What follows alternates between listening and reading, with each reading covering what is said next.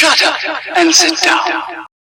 चलिए आइए अब हम लोग देखते हैं 28.3 इंडिया एंड श्रीलंका, भारत और Sri Lanka. Sri Lanka earlier known as Ceylon until 1972 is a small island country situated in the Indian Ocean to the south of India। देखिए श्रीलंका, जिसको 1972 तक सिलोन नाम से जाना जाता था, वो क्या एक छोटा सा टापू है, छोटा सा आइलैंड है, आइलैंड कंट्री है। कहाँ पर? इंडियन ओशियन में। भारत का जो नक्शा है उसके साउथ में वो आता है। इस total areas is 25,332 square miles. पूरा इसका क्षेत्र कितना है? 25,332 स्क्वायर मील। और of all countries it has geographically proximity to India. अब देखिए सभी देशों के जैसा यह भी भारत का जो भूगोल है, ठीक है, जो भारत का ज्योग्राफी है उसके पास में है। Only 18 meals wide shallow water in the park streets separates Jaffna in northern Sri Lanka from the southernmost tip of Indian state Tamil Nadu। Bharat और श्रीलंका के बीच में सिर्फ 18 मील का समुद्र है, ठीक है, पानी है, जो कि पार्क स्ट्रेट्स है, ठीक है, ठीक है, उसमें श्रीलंका का नॉर्दर्न में सबसे ऊपर देखिए, मान लीजिए ये भारत है, ठीक है, और ये श्रीलंका है, तो इसके बीच में कितना है? 18 मील्स का डिफरेंस। श्रीलंका के नॉर्थ में है जाफना और इंडिया के सबसे साउथ में है तमिलनाडु, ठीक है। Its geo strategic location in the Indian ocean at the centre of commercial and strategic sea and air routes and its closeness to US naval base in Diego Garcia indicates its importance far beyond its size, population and resources. अब देखिए Indian ocean में जहां पर श्रीलंका स्थित है वो क्या है?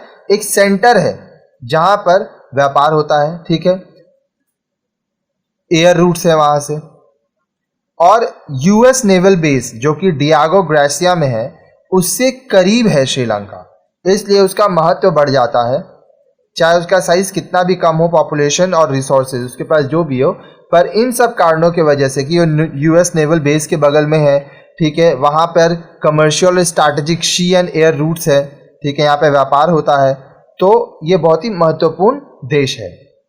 The history of cultural relations between India and Sri Lanka dates back to the ancient times.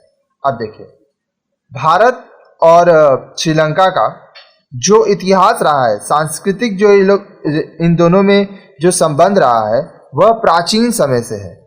Out of the total population of Sri Lanka about 64% believes in Buddhism and about 15% believes in Hinduism.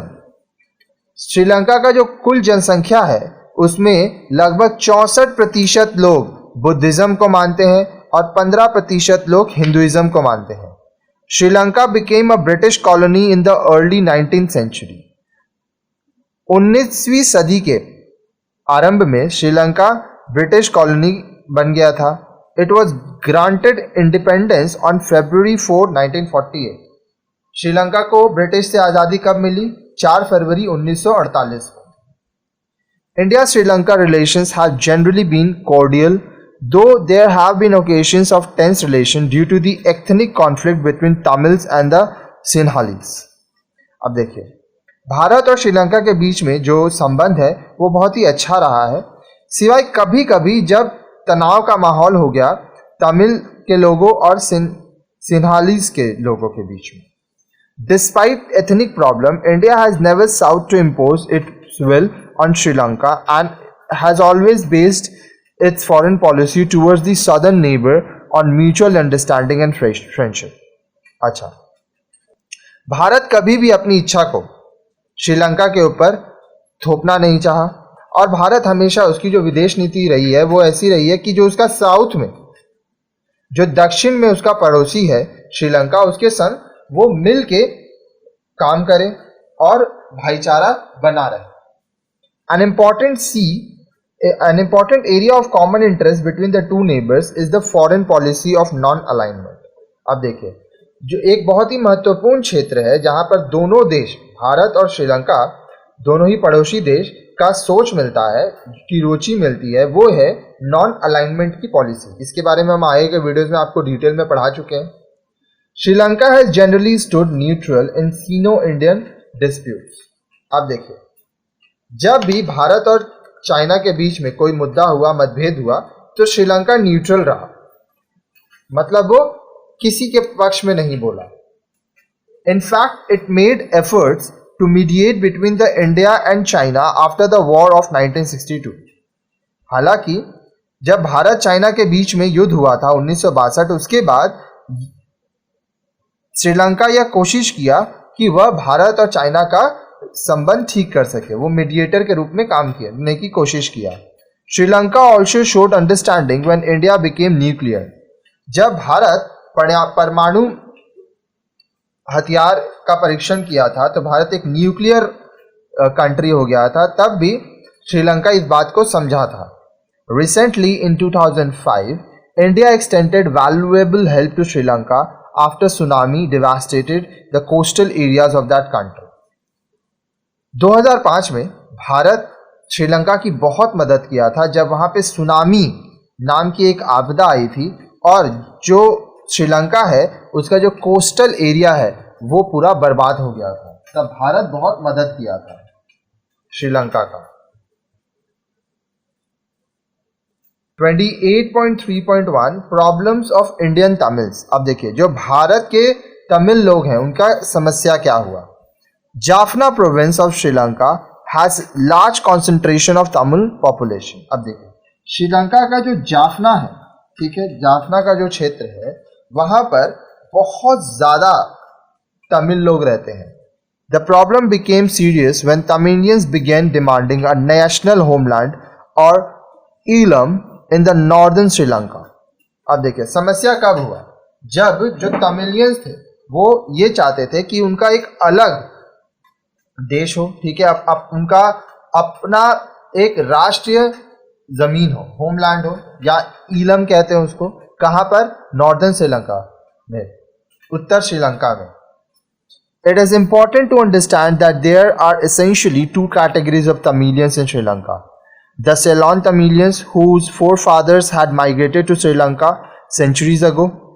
अब देखिए, ये बात समझने बहुत महत्वपूर्ण है, ये चीज आपको समझने के लिए, कि श्रीलंका में जो तमिलियंस है वो दो प्रकार के हैं। एक है सेलोन तमिल्स, जिनके पूर्वज जो है वो श्रीलंका में काफी साल पहले आए थे। They are estimated to be 1 million. माना जाता है कि इनकी आबादी 1 मिलियन तक है। The second category is of Indian Tamils whose forefathers were taken by the Britishers as plantation workers in the 19th century। अब देखिए, जो दूसरा श्रेणी है, कैटेगरी है, वो कौन है, इंडियन तमिल्स, जिनके पूर्वज को ब्रिटिशर्स द्वारा लाया गया था एक वर्कर के रूप में 19वीं सदी में। They are another 1 million, many of them without citizenship. अब वो भी 1 मिलियन के लगभग उनकी भी आबादी है, जिनमें ज्यादातर लोगों के पास श्रीलंका की नागरिकता नहीं है। The problem of their status dominated early India Sri Lanka relations. अब देखिए, इन दोनों के बीच में जो स्टेटस के लिए, ठीक है, जो मुद्दा आया, तो इसके वजह से भारत और श्रीलंका के बीच में जो संबंध है वो खराब हुआ। The conflict with Ceylon Tamils came later. बाद में जो सिलोन तमिल्स थे उनके संग जो विवाद हुआ वो बाद में आया। The Sinhalese fear Tamil domination which is the principal reason behind the ethnic conflict. अब देखिए, जो सिन्हालीज थे, ठीक है, उनको डर था कि जो तमिल के लोग थे उनसे, और यह एक मुद्दा था, यही एक मूल कारण था कि क्यों आचार विचार का वहां पे विवाद था। एथनिक मतलब आचार विचार, नीति शास्त्र। The difference between the two communities was exploited by British rulers in order to check the growing Sinhalese nationalism.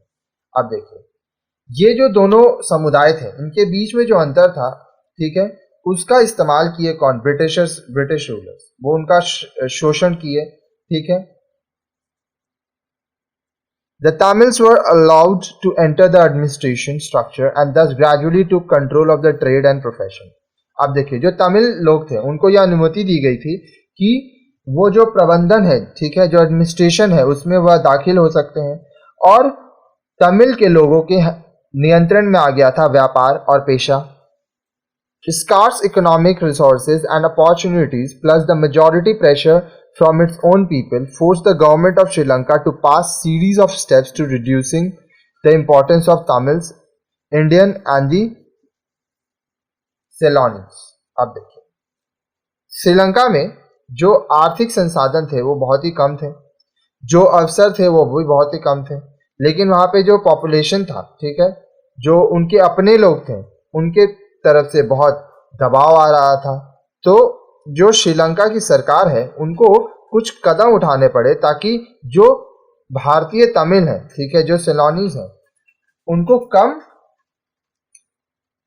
महत्व दिया जाए. The representation of Tamilians in public service in 1948 was 30%, but in 1975 it had fallen to 5%.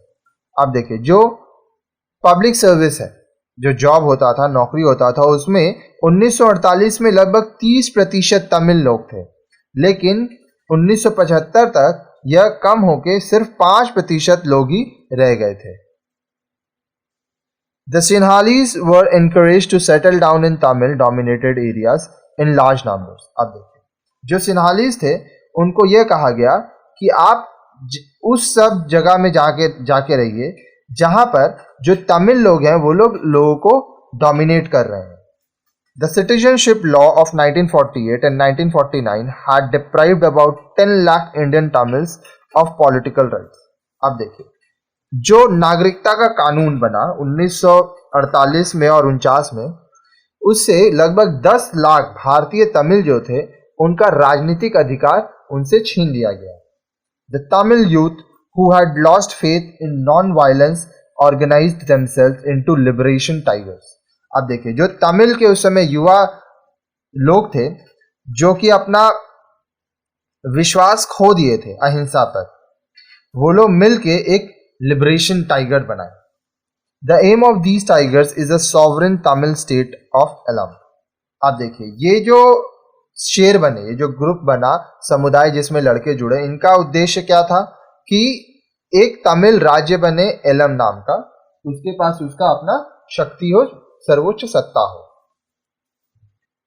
The issue of Tamilians and the policy pursued by government cast a dark shadow of India-Sri Lanka relation.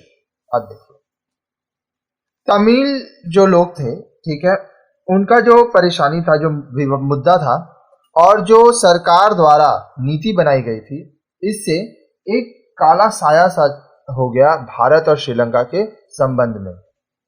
India from time to time complained against the discriminatory policy of Ceylon government. अब देखिए, समय पर दर समय Bharat complain करने लगा, ठीक है, किसके खिलाफ? जो सिलोन गवर्नमेंट भेदभाव की नीति बनाती है. The agreement of 1964 sought to solve the problem of stateless persons Indian Tamils in Sri Lanka. अब देखिए, एक समझौता बनाया गया, अग्रीमेंट बनाया गया 1964 में. उसमें यह था कि जो भारतीय तमिल है, ठीक है, जो श्रीलंका में रह रहे हैं, उनकी जो समस्याएं हैं उनको ठीक करना है. About 3 lakh of these people were to be granted Sri Lankan citizenship and 5,25,000 persons were to be given citizenship of India. लगभग 3 लाख लोगों को श्रीलंका का नागरिकता मिलने का बात था और लगभग 5,25,000 लोगों को भारत की नागरिकता देने की बात थी.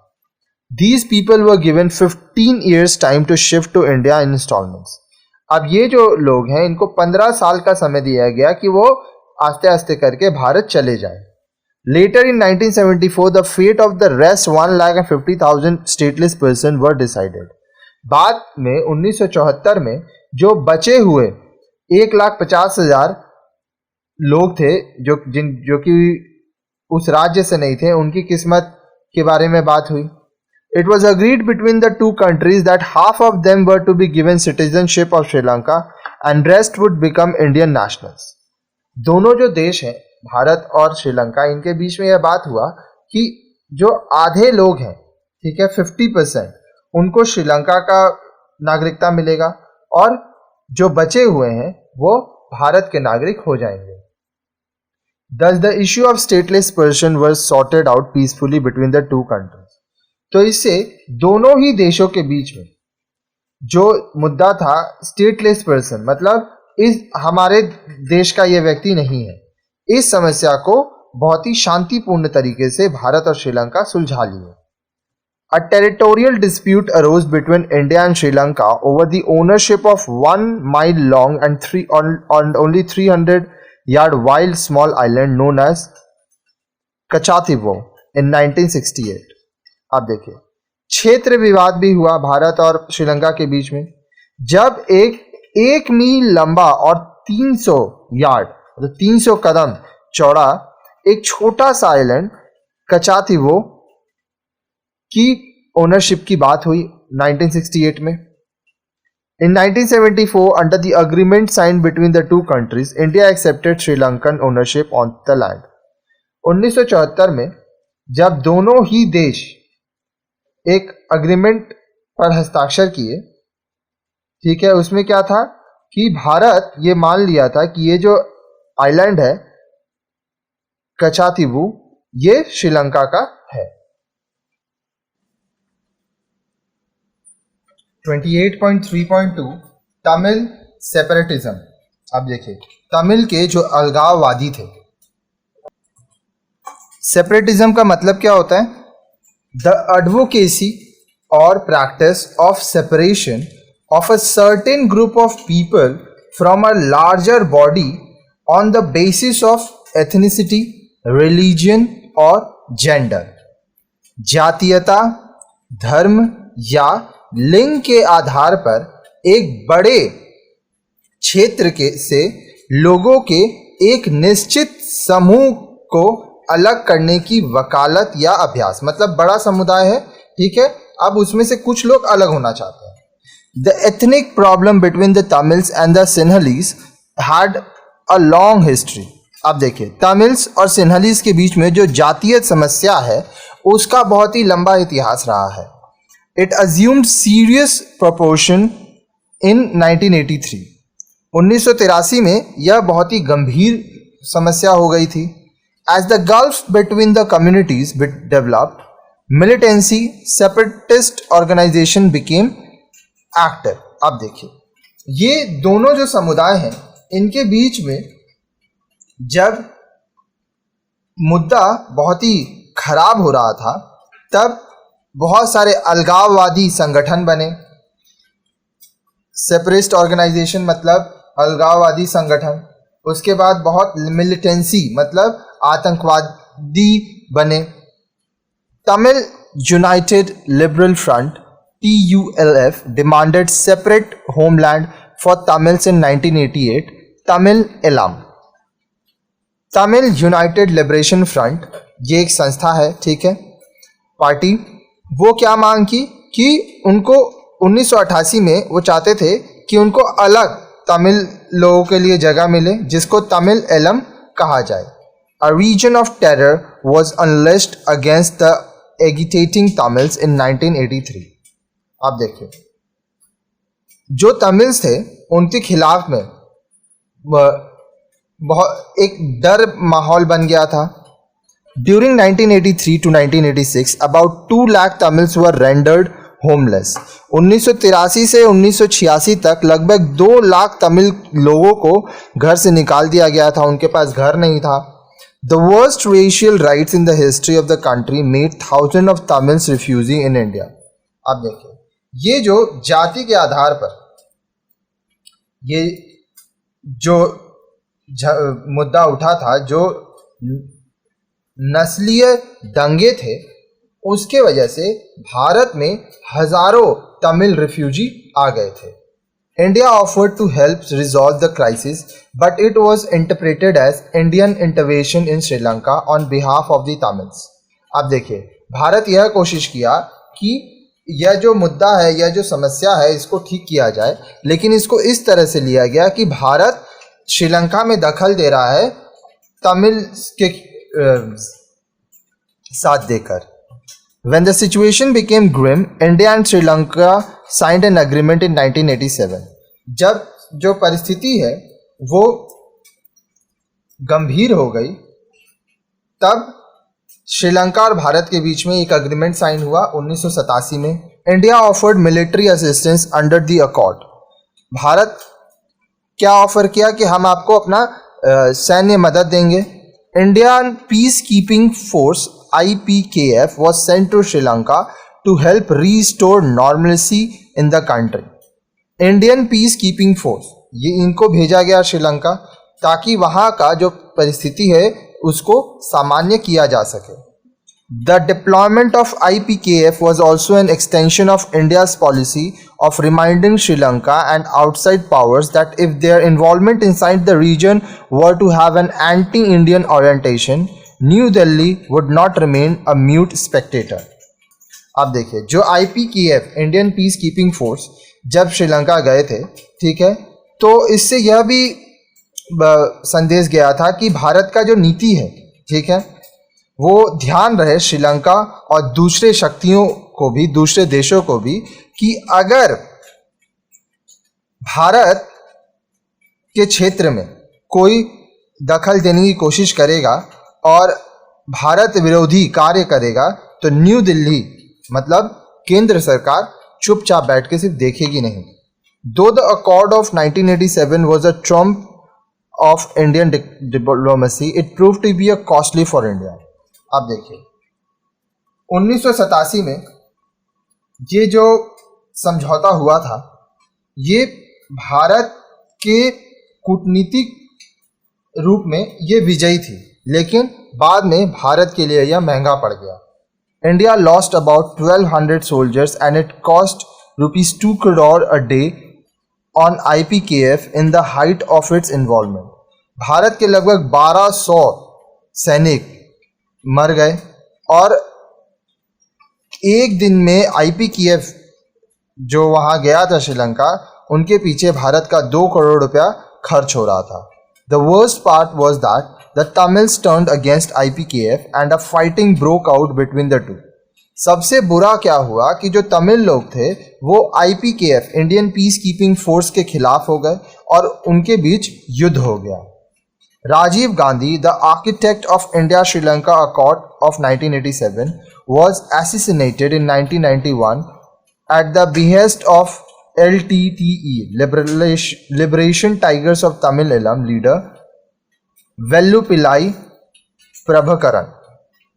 अब देखिए, राजीव गांधी जो कि भारत और श्रीलंका के बीच में 1987 का समझौता किए थे, 1991 में उनको एसिसिनेट कर दिया गया, मतलब उनकी हत्या कर दी गई। ठीक है, कौन करवाया? Liberation tiger of Tamil Eelam के लीडर वेल्लुपिलाई प्रभाकरन। यहाँ पे एक वर्ड है बिहेस्ट, उसका मतलब क्या होता है? आज्ञा। 28.3.3 एरियाज ऑफ म्यूचुअल कोऑपरेशन। अब कहाँ कहाँ पर, कौन कौन से ऐसे क्षेत्र थे जहां पर मिल के भारत और श्रीलंका काम किए? Systematic efforts at strengthening economic ties have been taken by India and Sri Lanka since 1990s, especially after the withdrawal of Indian troops. अब देखिए, 1990 से भारत और श्रीलंका के बीच में आर्थिक जो मजबूती है, जो आर्थिक जोड़ है, उसमें काफ़ी मजबूती लाई गई और तब जब भारतीय सैनिक को हटा लिया गया था।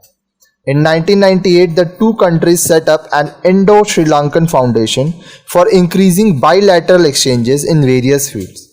अब देखिए, 1998 में ये जो दोनों देश थे वो क्या किए? वो इंडो श्रीलंकन फाउंडेशन बनाए ताकि दोनों देश के बीच में द्विपक्षीय लेन देन हो अलग अलग क्षेत्र में। They have agreed on a free trade area to facilitate trade which has gone up greatly. वो इस बात पर सहमत हुए कि मुफ्त में व्यापार करने की क्षेत्र दिए जाएंगे, व्यापार होगा और इससे बहुत फायदा हुआ। India encouraged Sri Lanka to invite the peace process between the Tamils and the Sinhalese. India Sri Lanka को प्रोत्साहित किया कि वह तमिल लोगों और सिन्हलीज के जो लोग थे, इन दोनों जाति के लोगों के बीच में शांति लाए। In 1998, Sri Lanka invited Norway to work out a peaceful solution to the ethnic problem. 1998 में श्रीलंका नॉर्वे को बुलाया ताकि कुछ शांतिपूर्ण सोल्यूशन निकले। क्या चीज़ का? जो ये जातीय समस्या है उसका। India stands for unity of Sri Lanka. अब देखिए भारत किस मुद्दे पर खड़ा था कि श्रीलंका में एकता आए। The greatest milestone of this process was the cease fire agreement of 2002 between LTTE and Sri Lanka and the revival of the dialogue between the two. अब देखिए इसमें सबसे ज़्यादा जो फायदा हुआ, सबसे जो बड़ा काम हुआ, ये तब हुआ जब सीज फायर अग्रीमेंट हुआ, समझौता हुआ 2002 में। सीज फायर का मतलब क्या होता है कि आप युद्ध नहीं करेंगे।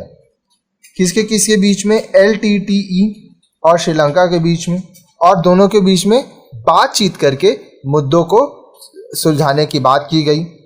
From India's long-term point of view, Norway recognized India's legitimate interest in Sri Lanka and stated that it has no desire to come in the way of any Indian initiative to end the conflict in the region. अब देखिए भारत के दृष्टिकोण से Norway ये समझा कि भारत का श्रीलंका में रुचि है, और ये बोला कि नॉर्वे बोला कि उसका कोई इच्छा नहीं है कि वह भारत के बीच में आए, ठीक है, इस क्षेत्र में समस्या को हल करने के लिए। What you have learned, अगर आप हमारे वीडियोस को लाइन से पढ़ रहे हैं तो अभी तक आपने क्या क्या सीखा है, आइए देखते हैं।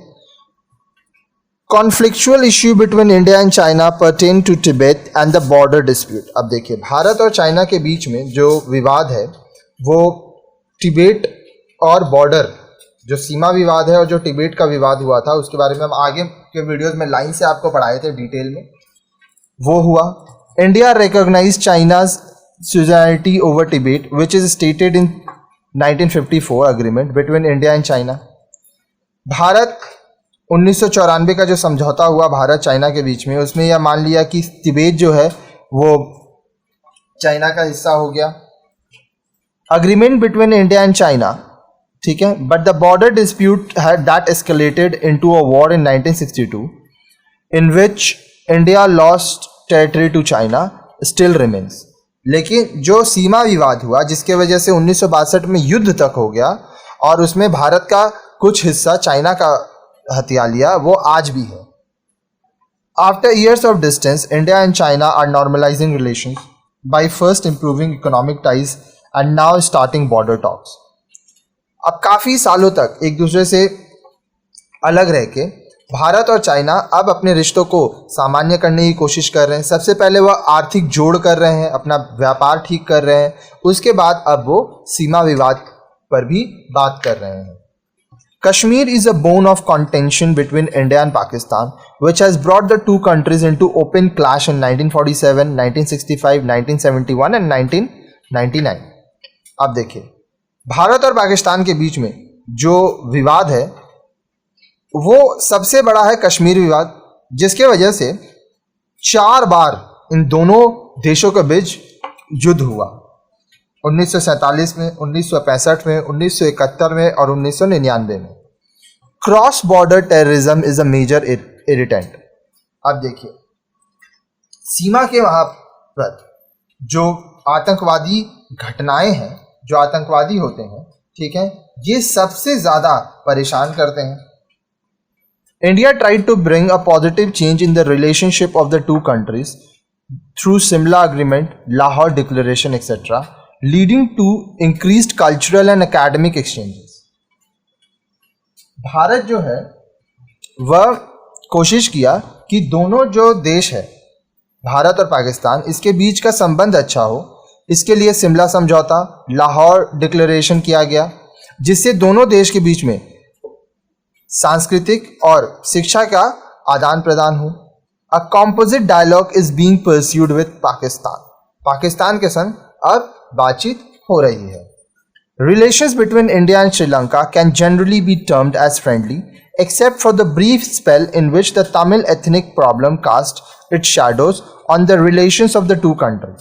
अब देखिए, भारत और श्रीलंका के बीच में जो संबंध है, ठीक है, इसको हम लोग कह सकते हैं कि यह दोस्ताना संबंध है, ठीक है, संबंध बहुत अच्छा है। सिर्फ जब तमिल लोगों का जो जातीय समस्या है, अगर इसको हम लोग हटा दें तो, क्योंकि उस समय भारत और श्रीलंका के बीच में संबंध थोड़े खराब हुए थे। Indian peace keeping force IPKF sent to Sri Lanka was a bitter experience to India.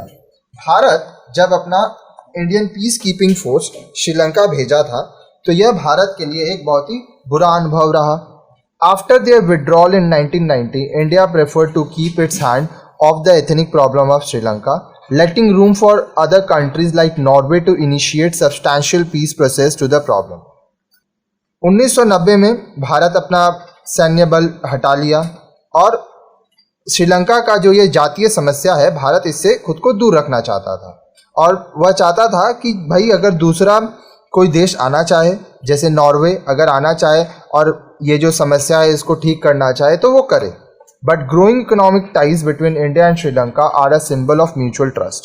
लेकिन भारत और श्रीलंका के बीच में जो आर्थिक जोड़ है, जो व्यापार है, इससे यह समझ में आता है कि इनका जो संबंध है, जो रिलेशन है, वो काफ़ी अच्छा है। तो इस तरह से ये चैप्टर हमारे यहाँ कंप्लीट होता है। अगर आपके मन में कोई भी क्वेश्चन है तो आप हमारा ऊपर जो नंबर है 9051378712, इसमें आप हाइक द्वारा, व्हाट्सएप या टेलीग्राम के द्वारा मैसेज करके अपना डाउट क्लियर कर सकते हैं। साथ ही साथ हमारे कमेंट सेक्शन में भी अपने डाउट्स को लिखिए, आपको वहाँ पे भी रिप्लाई मिलेगा। धन्यवाद।